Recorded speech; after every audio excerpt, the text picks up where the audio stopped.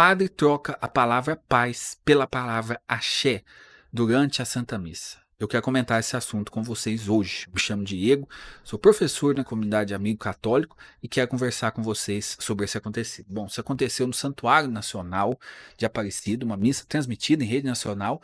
O padre ali se sente no direito de trocar a palavra paz e colocar a palavra axé, dizendo que a palavra axé vem da cultura e não sei o quê, e faz essa troca. Isso está certo? Não, isso está totalmente errado. Isso é um erro litúrgico terrível, porque a missa ela tem toda uma estrutura que é determinada e colocada pela igreja para que ela possa assim ser resguardada, justamente desses abusos litúrgicos, porque a liturgia é algo que a gente recebe da igreja, a liturgia é da igreja, ela não é do padre. Então o padre não pode sair modificando a igreja e a liturgia a seu bel prazer. Quando o padre faz uma atitude como essa, ele mostra simplesmente assim que é de uma desobediência muito grande e de uma falta de humildade muito grande. Por quê? Gente, nós precisamos entender que nesse quesito, principalmente de liturgia, a gente precisa ser humilde para receber e viver as coisas da maneira que a igreja nos traz. É um ato de humildade. Eu recebo e obedeço à Santa Mãe Igreja.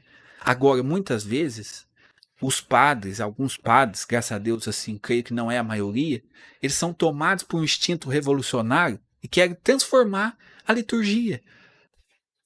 E caem justamente nesses erros, assim, que vão totalmente contrário à nossa fé cristã, totalmente contrário à nossa fé católica. Até nessa questão de humildade, por exemplo, como que os santos celebravam missa? Os santos celebravam missa da maneira que a igreja pedia. A obediência sempre foi algo assim que todos os santos viviam. Então nós não precisamos inventar, basta seguir o caminho dos santos. Agora, quando você tem tanto ideal, às vezes revolucionário na cabeça, sabe? Quando você quer revolucionar tantas coisas, você acaba caindo num papel ridículo de querer reinterpretar ou refazer as coisas a seu bel prazer. E aí, gente, um ato como esse é um ato de orgulho.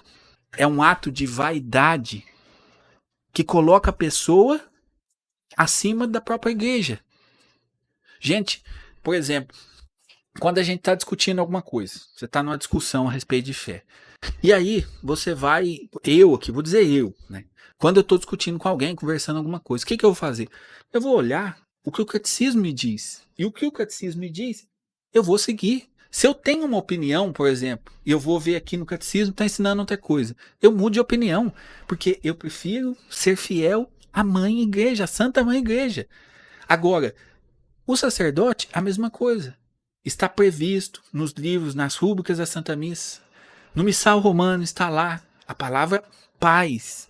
O sacerdote sauda a Assembleia com a palavra paz. Quando a Assembleia se sauda, é com a palavra paz. Não tem palavra axé, ou pior, né? Até porque o axé ainda é pior, porque axé não é uma palavra cristã. Ela deriva de seitas que não têm matriz cristã. Pelo contrário, são seitas afros e de outros pontos de vista totalmente diferentes ao que ensina a fé cristã. E isso, para mim, é um agravante. Porque, além, você não pode trocar por qualquer outra palavra. Mas muito menos você pode trocar por uma palavra que não tem nada a ver com a fé cristã. Ah, mas tem a ver com a cultura, com a raça, com os povos. Meu filho, eu respeito todo mundo, mas lá, né? Você não pode querer agora pegar coisas de outras seitas e trazer para dentro da fé católica. E aqui de novo o orgulho, né? Sou eu quem escolho que vem participar da missa ou não vem participar da missa. Engraçado é que esses padres que fazem esses abusos litúrgicos, né? Como acontece já outros aconteceram em Aparecida, eles falam muito do clericalismo, né? Mas o que é isso? O que é isso? É um clericalismo. Ele estava ali, ele se coloca acima do povo e acima até da igreja. E engraçado que no vídeo, assim, parece que a Assembleia não compra a ideia. Fica desconfortável. Porque, gente, as pessoas elas não querem que agora comece umas missas assim, cheia de dança, com essas invenções malucas. O povo não quer isso. Quais as missas que fazem mais sucesso? Quais missas estão cheias? São aquelas missas que são fiéis à igreja.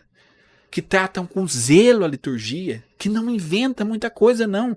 Hoje a gente vê, por exemplo, na Igreja do Brasil, assim, uma renovação da liturgia, uma renovação da piedade eucarística, da piedade litúrgica. Jovens que se aproximam, por exemplo, para comungar de joelho, porque querem a missa da igreja, a missa de sempre, e não uma missa que é mudada ao bel prazer do padre. Agora, o que fazer diante dessa situação? Bom, primeira coisa, nós precisamos conhecer a fé, conhecer a liturgia, para aprender a valorizar a nossa missa, para aprender a viver bem a missa. Às vezes, os padres tentam enfeitar, inventar algo, justamente para tentar atrair as pessoas. Então, nós precisamos conhecer a missa para que a gente não precise de nada para atrair.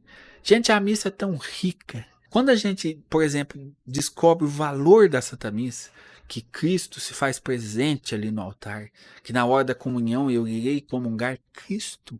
Quando eu descubro esse valor que a Santa Missa tem, eu não fico querendo coisas novas. Porque às vezes existe padre que quer ficar inventando as coisas para atrair as pessoas.